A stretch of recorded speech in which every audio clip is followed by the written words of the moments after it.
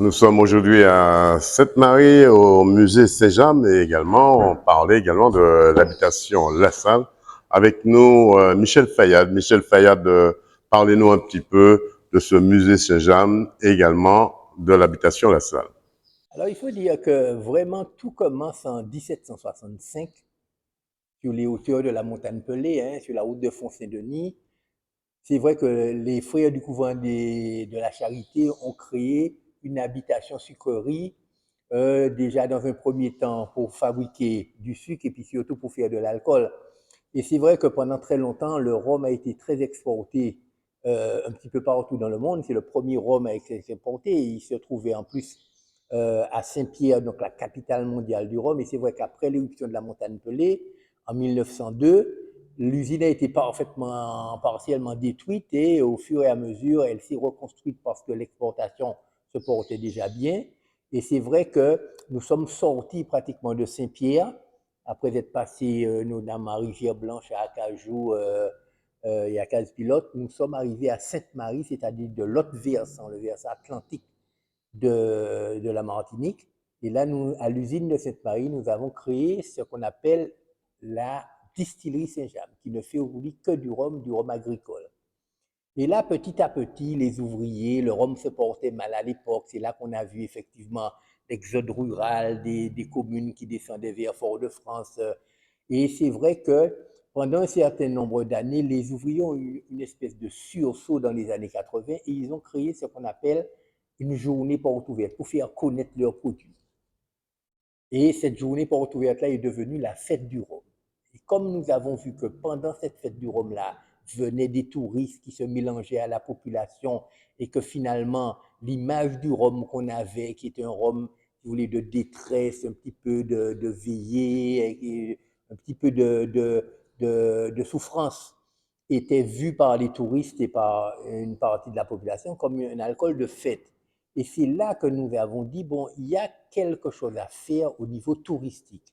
Et Saint-James a été effectivement le premier à créer ce qu'on appelle le spiritourisme à la Martinique. Et le nom est venu très tard. Mais en fait, ce qu'on faisait, c'est du développement touristique en milieu rural. Et c'est vrai que dans l'ancienne habitation du propriétaire de l'époque, nous avons monté un musée pour expliquer comment est né le rhum, dans quelles conditions, les différentes variétés de cannes, les différentes habitations, comment le rhum est sorti du rhum industriel pour arriver au rhum agricole. En fait, un véritable musée avec toute une iconographie autour des éléments de Saint-James. Et ça, c'était très important parce que les touristes sont arrivés en masse. Et très vite, nous avions vu que nous avions là une carte à jouer parce que pendant très longtemps, on s'est contenté au niveau touristique de vivre sur une rente de situation climatique, je ne cesse de le répéter, où on nous faisait vendre du soleil, du sable et puis de l'eau en mer, quoi. Et que finalement, ça ne nous rapportait rien. Alors que quand on a mis l'histoire de la Martinique avec sa culture, ses traditions, son patrimoine et son produit régional au cœur même de la politique touristique, à ce moment-là, nous avons vu que nous montions un tourisme intelligent, un tourisme cohérent, un tourisme dont la finalité était d'accompagner une économie, de soutenir une production locale et à terme de vendre les produits du terroir. Alors bien sûr, on a été copié un petit peu partout. Là, nous avons vu que dans un centre touristique, il fallait aussi mettre au centre culturel parce que du coup, la culture aussi est un peu exclue de la partie touristique. Donc, nous avons créé une galerie d'art avec France Antilles où nous avons exposé les plus grands artistes martiniquais, Coco René Corail, Hector Charpentier, que sais-je encore, des grands photographes de toutes sortes. Loïs Ayotte notamment pour la photo, nous avons créé Émilie Daniel pour le costume traditionnel, nous avons fait une exposition des photos de Jocelyne Biwa pour les 20 ans qui parlaient de Cassave. Enfin, tout ça a pris une telle ampleur qui a été copié maintes et maintes fois. Bon, ça, on ne va pas insister dessus. Et c'est vrai que petit à petit, de quelques touristes qui passaient comme ça au hasard, nous avons vu des milliers de touristes arriver au fur et à mesure. Et là, on s'est dit, oui, on tient là le bon bout, parce qu'effectivement, le rhum, c'est pas seulement un alcool, c'est pas seulement un alcool pour boire pendant des manifestations, c'est aussi un produit régional au même titre que le fromage, au même titre que le champagne, au même titre que les grands vins français, au même titre que la vodka ou le whisky en Écosse. On a vu que là, il y avait une chose, un truc à jouer. Et qu'est-ce que nous avons fait? On s'est développé. On s'est développé un peu avant les autres parce que nous avions commencé avant les autres. Donc, du coup, qu'est-ce qu'on a fait? On a mis en place, mis sur les rails une ancienne locomotive qui, qui, qui transportait la canne dans les champs pour les amener à l'usine. On l'a restaurée avec des wagons, une locomotive, on en a trois, une locomotive à vapeur et deux diesel qui datent des années 20, des années 30, qu'on a remis sur rail. Après, on a réouvert la maison de la distillation là où nous sommes là, parce qu'il y a toute une civilisation de l'alambic à l'époque, que ce soit en France, en Écosse, aux États-Unis ou ici. Et ici, on a effectivement la maison de la distillation avec les alambics charentais, avec les colonnes à distiller, avec toutes sortes de fûts en cuivre qu'on voit ici, des plateaux de colonnes, etc. Donc là, on a mis ça sur place, qui intéresse énormément et puis qui a un visuel très particulier. Après, qu'est-ce qu'on a fait? On s'est dit, bon, ça ne suffit pas toujours. Le train part, il va en principe au musée de la banane, mais on peut toujours effectivement à ce moment-là directement le prendre et puis aller créer une nouvelle habitation qu'on appelle l'habitation La Salle. Cette habitation La Salle, là, c'est une ancienne sucrerie du XVIIe siècle qui, à l'époque, a été complètement abandonnée quand est arrivé les usines centrales.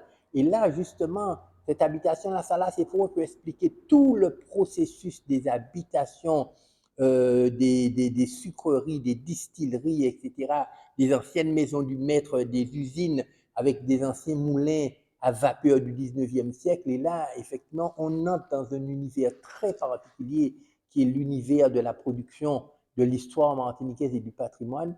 Et ça, c'est très important pour nous. Alors, l'habitation La Salle, qui est notre dernier bébé, on en est très fiers, même si, bon, elle a été un peu inaugurée pendant une période de pandémie qui n'était pas très propice. Mais c'est vrai que là, nous avons restauré les anciens moulins, nous avons remis en place les anciens moulins à eau. Et là, véritablement, aujourd'hui, on est dans une dynamique qui laisse à penser que l'avenir nous appartient. Alors, Miguel, vous êtes ici depuis combien de temps? 27 ans. Depuis 27 ans. Parlez-moi un petit peu de l'usine Saint-James en 27 ans.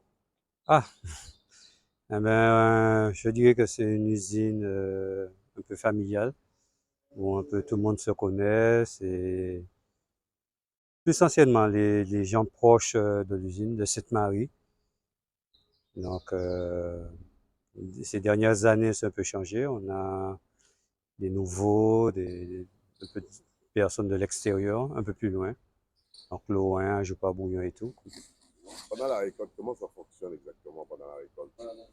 Ben, pendant la récolte, ben, chaque personne y a son poste. On boit la canne, on la fermente, on en distille pour faire le rhum.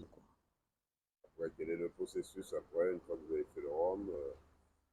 Ben, une fois que c'est fait, ben, c'est stocké pour être séparé, soit en blanc ou en vieux, quoi. Ça part au Donc, musée après.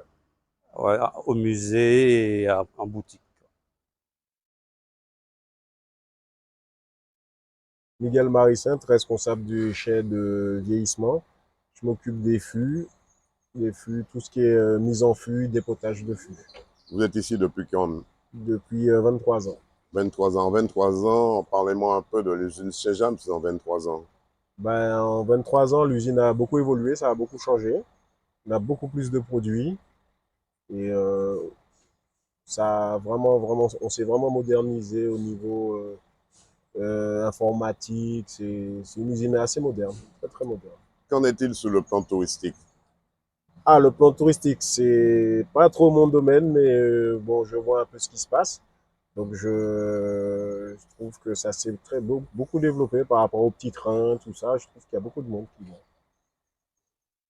Euh, depuis quand il y a des intempéries, est-ce que vous êtes un peu coincé par rapport à l'eau qui traverse un petit peu l'usine aussi? Est-ce que ça vous gêne un petit peu? Bon, ça gêne pas vraiment. Ça gêne un peu le musée parce qu'il y a des produits au sol.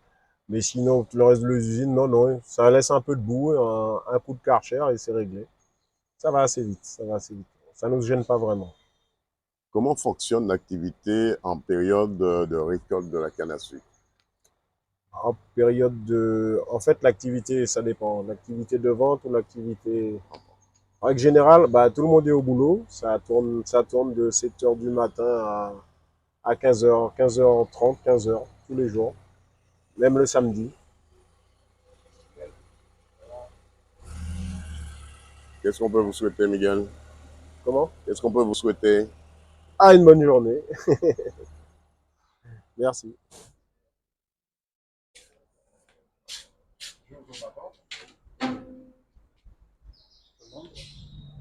Des choses habituelles que je fais tout de suite. Je développe puisque le syncope, c'est le coupe-circuit. C'est une façon de. C'est une sécurité? Une sécurité. D'accord. Je développe, je l'enclenche, je vérifie si je suis au point mort. Là, c'est l'accélérateur. Je le fais monter et maintenant, il fait démarrer. Après, j'ouvre en rythme.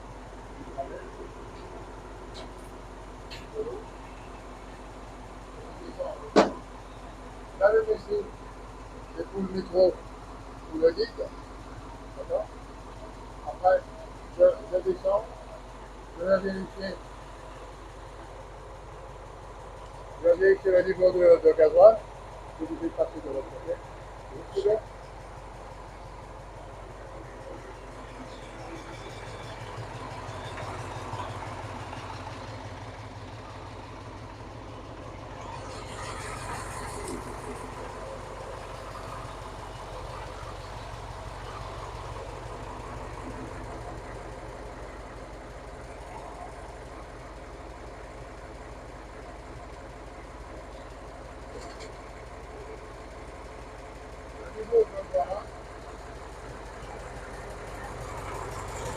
Le niveau de gasoil, il est là.